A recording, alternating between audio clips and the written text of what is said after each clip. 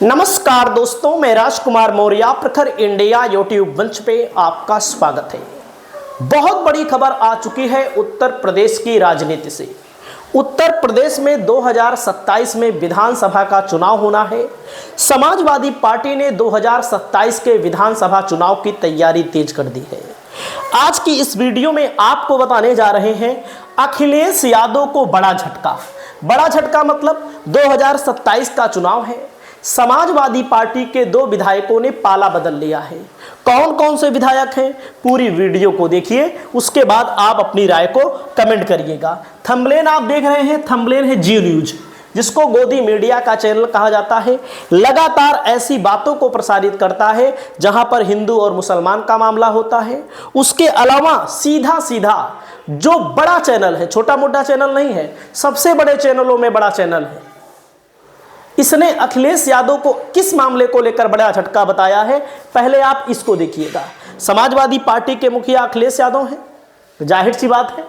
आपने देखा होगा पिछले चुनाव में समाजवादी पार्टी, लोकसभा के चुनाव में समाजवादी पार्टी के विधायक राकेश प्रताप सिंह और अमेठी की विधायक महाराजी प्रजापति गायत्री प्रसाद प्रजापति की पत्नी, इन 2 विधायकों ने समाजवादी पार्टी का साथ नहीं दिया।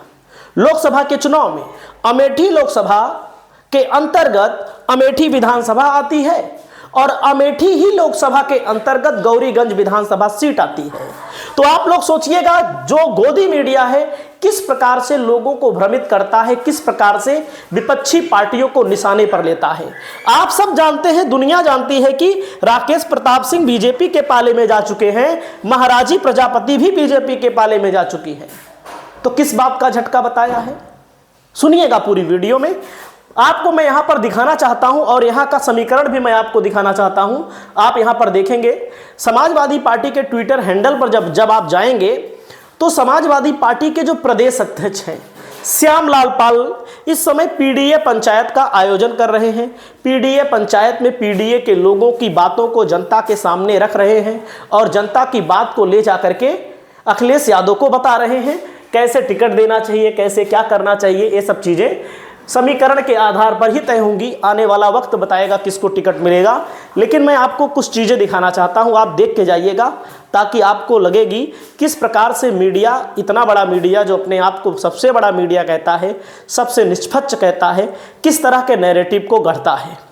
वैसे तो उत्तर प्रदेश में पत्रकारों के साथ तमाम चीज़ें हो रही हैं, दिन दिहाड़े गोली मार दी जा रही है और जो लोग जनता की आवाज़ को उठा रहे हैं, भ्रष्टाचार के मामले को उजागर कर रहे हैं। योगी जी चाहे जो कहें कुछ नहीं हो रहा है, सब कुछ हो रहा है, जो नहीं होना चाहिए वो भी हो रहा है। देखिए, सीतापुर के इमिलिया सुल्तानपुर थाना क्षेत्र में बदमाशों ने पत्रकार राघवेंद्र वाजपेयी को गोली मार दी, जिससे उनकी मौत हो गई।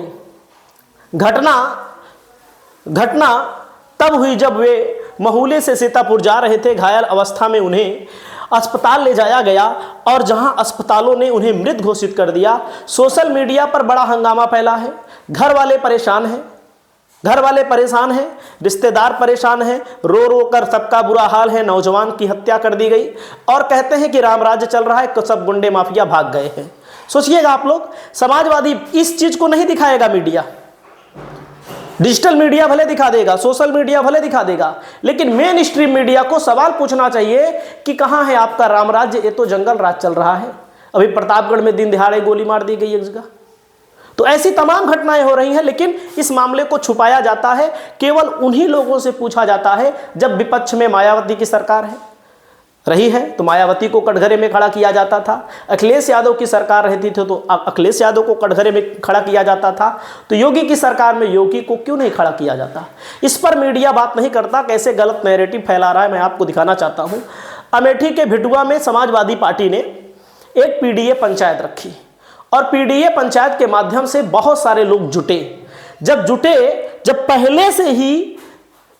पहले से ही राकेश प्रताप सिंह महाराजी प्रजापति ने समाजवादी पार्टी का साथ छोड़ दिया है, लोकसभा के चुनाव में सपा के प्रचार में नहीं आई, लोकसभा के चुनाव में कांग्रेस समाजवादी पार्टी की संयुक्त रैली में नहीं आई, तब पीडीए पंचायत में कैसे आएंगी? आप सोचिए किस प्रकार की वाहियात खबरें दिखाई जा रही हैं आप लोगों के बीच। यही है, उदित राज यादव यहां पर पहुंचे और उदित राज यादव ने यहां पर चैलेंज दिया और इन्होंने कहा कि गद्दार विधायकों को आने वाले समय में सबक सिखाना है, जनता के माध्यम से अपील की। आप देख सकते हैं भारी जनसभा यहां पर है और ये इलाका जो है मैं आपको बताना चाहता हूं, ये समाजवादी इलाका है, कांग्रेस का इलाका है।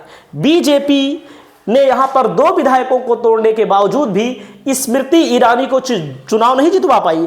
तो जब महाराजी प्रजापति बीजेपी के साथ हैं और राकेश प्रताप सिंह बीजेपी के साथ हैं, लगातार बीजेपी की जनसभाओं में जा रहे हैं, बीजेपी की बात बोल रहे हैं, तो किस तरह से समाजवादी पार्टी को झटका लगा आप सोचिएगा।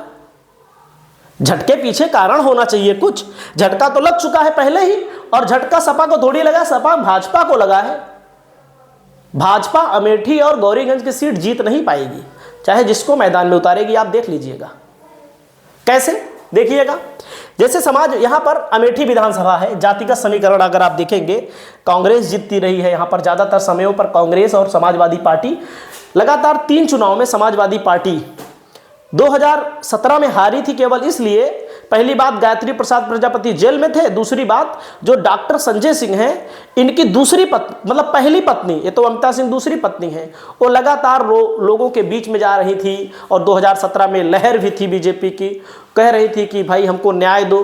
हालांकि चुनाव जीतने के बाद कुछ नहीं हुआ, वो सब अपने अपने इलाके में चले गए जहाँ रहते थे। अब स्थितियाँ अलग हैं। ब्राह्मण यहाँ पर देखिए 92,000 रहा, ब्राह्मण मतदाता 92,000 है, लेकिन ब्राह्मण मतदाता यहां पर कांग्रेसी मतदाता माना जाता है। लोकसभा के चुनाव में समाजवादी पार्टी कांग्रेस के गठबंधन के प्रत्याशी कांग्रेस पर लड़े, किशोरी लाल शर्मा को ज्यादातर ब्राह्मणों ने टिकट दिया, बाकी वोट दिया। क्षत्रिय 40,000 है बेठी विधानसभा में। बाकी देखिए अनुसूचित जाति प्योर 1,20,000 समाजवादी पार्टी और कांग्रेस के लिए एक साथ है। ओबीसी 1,60,000 है, इसी ओबीसी में बड़ी आबादी है, 1,60,000 अलग से है। इसी ओबीसी में यादव 42,000 भले दिखाया जा रहा है, 50-55,000 से ज्यादा है।